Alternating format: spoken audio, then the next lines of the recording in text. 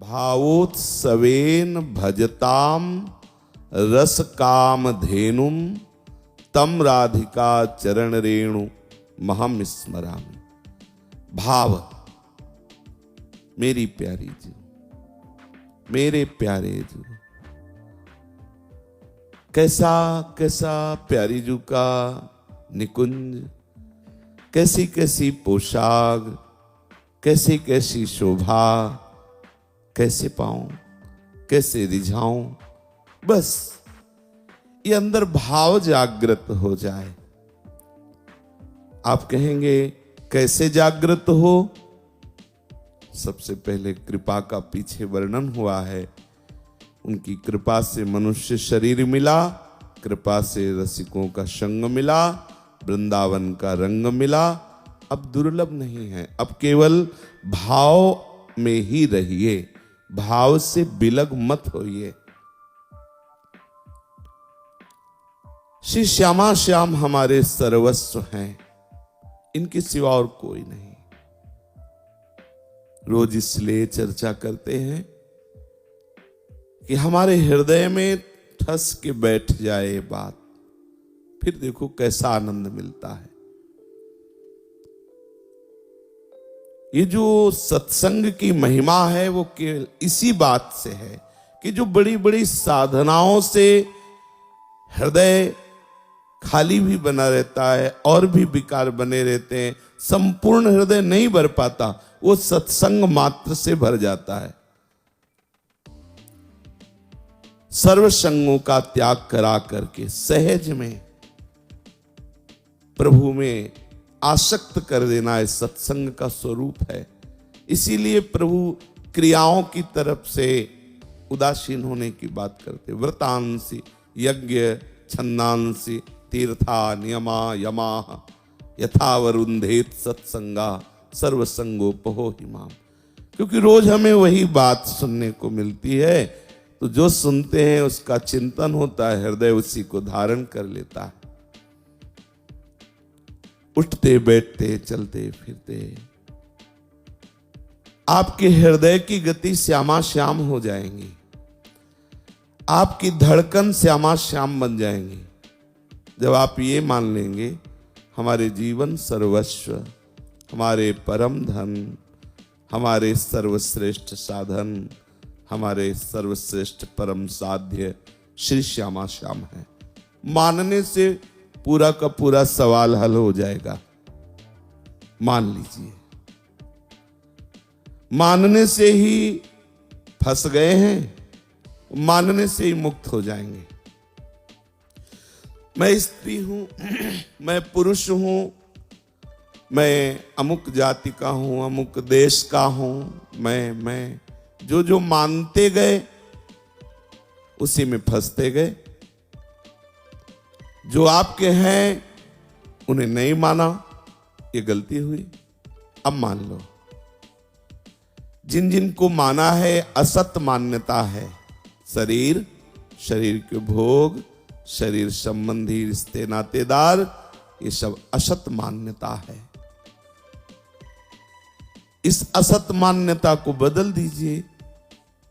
श्री श्यामा श्याम मेरे, मैं श्यामा श्याम का, इसी में विश्राम हो जाएगा। एक अहमता ममता ये जग में है दुखदाई, ये जब श्री जी की ओर लगे तो होत परम सुखदाई। देखो वही है ना अमता ममता, कोई अलग वस्तु नहीं है। जो मान्यता जगत में लगा दी, वही मान्यता श्री जी में लगा देना है। जो ममता जगत में की, वही श्री जी में करना है। इस मान्यता से सतत चिंतन होता है। जैसे साधन विहीन विषयी पुरुष का बिना प्रयास के सतत चिंतन शरीर का, शरीर के भोगों का, शरीर संबंधियों का, जगत का, बिना प्रयास के होता है। ऐसे ही उत्तम धारणा से युक्त उपासक का अनायास भगवत चिंतन होता है। विश्वास कीजिए इस बात पर। उसको आसन बांधने की जरूरत नहीं होती, उसको किसी विशेष प्रक्रिया का आश्रय लेने की जरूरत नहीं होती। जिसने दृढ़ निश्चय कर लिया, मेरे श्यामा श्याम, सतत चिंतन, सतत चिंतन जिसका चलने लगता है, मधुर मधुर रूप माधुरी झलकने लगती है। जिसके नेत्रों में रूप माधुरी झलकने लगती है, तो अत्यंत आसक्ति के कारण उसका मन विकल हो जाता है कि मैं इस रूप की सेवा करूं, इस रूप की समीपता मुझे प्राप्त हो, आकांक्षा करता है। पत्रावलिम रचितुम कुचयो कपोले, बद्धुम विचित्र कबरिम नव मल्लिका भी, अंगम च भूसी तुमाभरणैर्धता से, श्री राधिके मई विधेहि कृपावलोकम। लाडली, कृपा कटाक्ष करो, जिससे मैं आपके श्रीअंगों की सेवा का अधिकार प्राप्त कर पाऊं। जहां ये आकांक्षा प्रबल हुई, स्वामिनी के हृदय में जाकर ये आकांक्षा स्वामिनी को विवश कर देती है और स्वामिनी जी से अपनी सेवा की योग्यता प्रदान कर देती है। जिस सहचरी भाव की, जिस श्री स्वामिनी जी के श्रीअंग की सेवा के अधिकार की संभावना भी नहीं कर सकते ईश्वर कोटि के महापुरुष, संभाव्योपि विरंचि नारद शिव स्वयं भुआद्यैर्नयः। श्री स्वामिनी जी उसे वो योग्यता प्रदान कर देती है। किसी शास्त्र को पढ़कर, किसी क्रिया की सांगोपांग पूर्णता पूर्वक सिद्धि करके या तपस्या द्वारा श्री स्वामिनी जी के श्रीअंगों की सेवा की योग्यता कोई प्राप्त नहीं कर सकता। गोरे चरणों में श्री लालजू महाराज महावर रचना करने के लिए लाडली जी से प्रार्थना करते हैं, लाडली जी की सहचरियों से विनय करते हैं। अन्य की तो बात ही जाने दो, अन्य में तो ऐसी सामर्थ्य नहीं है कि वो ऐसा सोच सके कि श्री स्वामिनी जी के वक्षोज में हम पत्रावली करें, स्वामिनी जी के कपोल में हम पत्रावली करें, कस्तूरी मृगमद का लेप वक्षोज में करें, नेत्रों में अंजन लगाएं, स्वामिनी जी की वेणी गुथे, ऐसा सोच नहीं सकते। संभाव्योपि, संभावना ही नहीं बन सकती। अहो भाग्य जो हमें ऐसा मार्ग मिला, महारस का मार्ग। वो कब ऐसा दिन आएगा जब हम प्यारी जी के केस पास को अपने हाथ में लेकर अंगुलियों से सुलझाती हुई सुंदर सुंदर श्वेत जूही, पीत जूही, चमेली, मोगरा ऐसे पुष्पों से वेणी को गूंथेंगी।